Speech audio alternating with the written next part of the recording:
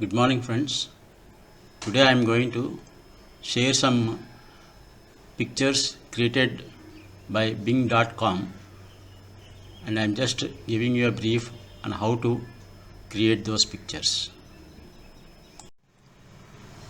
Once you log into Bing.com, go to Images, and in that there will be a Create button will be there.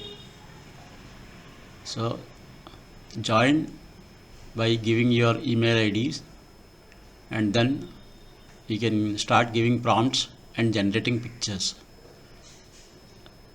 The Bing Image Creator allows you to create digital art based on textual descriptive prompts, and some examples I am giving you in the next slide.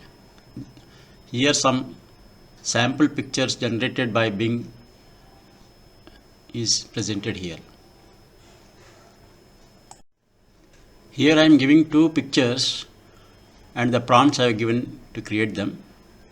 The first one is create 3D universe with 3D multicolor word be blessed. The second one is create 3D marble pyramid with Buddha. In some cases, it is observed that some of the words are not generated properly. So you be alert while selecting the created pictures. Some more pictures generated from Bing is given here. So this is how you can try and make your creativity to come into the visual art. All the best. Thank you.